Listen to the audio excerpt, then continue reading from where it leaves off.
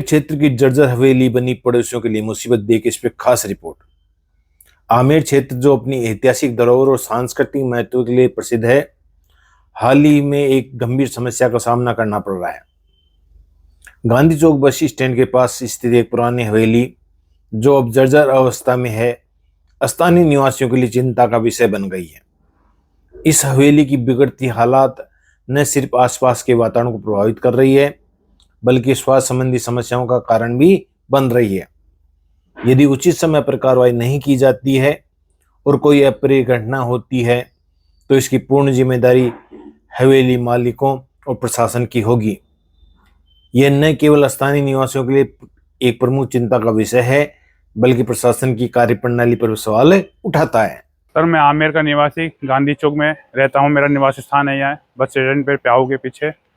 और हमारे मकान के जस्ट पास में पुरानी 200-300 साल पुरानी हवेली जर्जर अवस्था में थी। उसका एक हिस्सा अपने आप ढह गया था और आधा हिस्सा यहाँ पर मकान मालिक ने बहुत प्रेशर डालने के बाद ढहाया, पूरा प्रशासन के सहयोग से।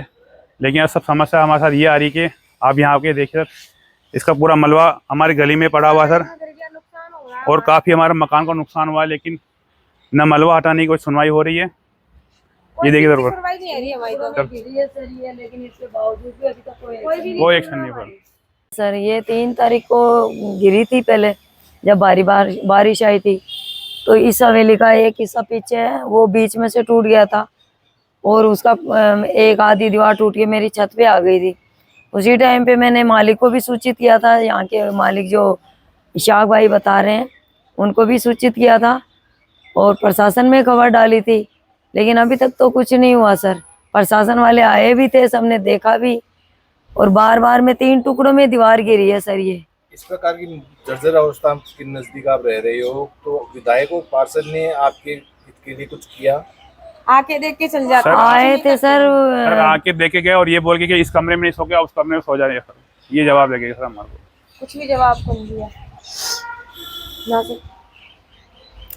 तो जिस प्रकार से सिटी में दुर्घटना हो चुकी है, क्या यहाँ भी पूरी संभावना लग रही है आपको? बिल्कुल सर, संभावना है सर। हमारे देखो मलबा पूरा दबा हुआ है सर। कल बारिश अगर आ गई तो हमारे मकान गिर जाएंगे सर। एक मंजिल मकान दब रहा है हमारे, अंदर ही तो सोते हैं, नीचे कहाँ जाएंगे हम। बात ये थी कि ये हवेली इशाक भैया की है और ये गिर भी गई, आधा मलबा इसका गिरा भी दिया और थोड़ा सा अब दिक्कत हमारी है। और ये का पूरा ये आधा मकान दब गए, टूट फूट भी हो गई अंदर जाके। सीवर लाइन की ज्यादा आ रही है सर, हमारी जो बाथरूम के लिए परेशान हो रहे हैं, वो ब्लॉक हो रहे हैं।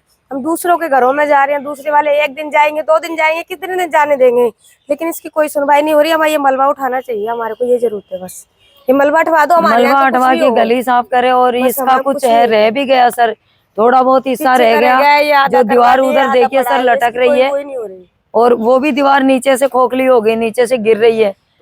और इस दीवार के ऊपर भी मलबा है सर। मलबा पड़ा है। दीवार के उस तरफ रहने वाले क्या, उस दीवार के उस तरफ वालों को तो कोई दिक्कत नहीं है। दिक्कत नहीं है, दिक्कत तो हमें है सर। हमारे को दिक्कत जो हमारे घर पे हमारे दब गए, एक मंजिल दब गई है, दोनों मकानों की है। इसकी दब गई, इसकी दब गई, नीचे दरार आ गई है, बहुत नुकसान हो गया। ये जो दीवार गिरी है सर, इसमें थोड़ा बहुत इन्होंने गिराया, बाकी तो ये अपने आप ही गिरी है। बावजूद इसके देखिए जैसे आधे से ज्यादा हिस्सा इसका मेरे मकान पे आने की संभावना है। लाख कहने के बावजूद भी उन्होंने कोई एक्शन नहीं लिया।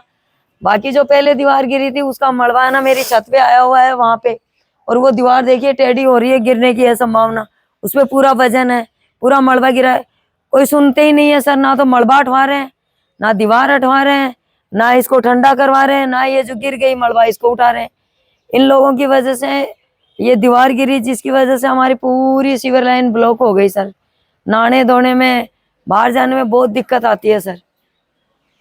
तो दोस्तों, इसी तरह की लेटेस्ट अपडेट्स पाने के लिए आप हमारे YouTube चैनल को सब्सक्राइब करें A1 राजस्थानी। और इसके अलावा आप हमें Facebook पे भी सर्च कर सकते हैं, राजस्थानी करें A1 राजस्थानी। वहां जाकर आप हमारे पेज को लाइक कर सकते हैं और वीडियो को शेयर करना ना भूलें।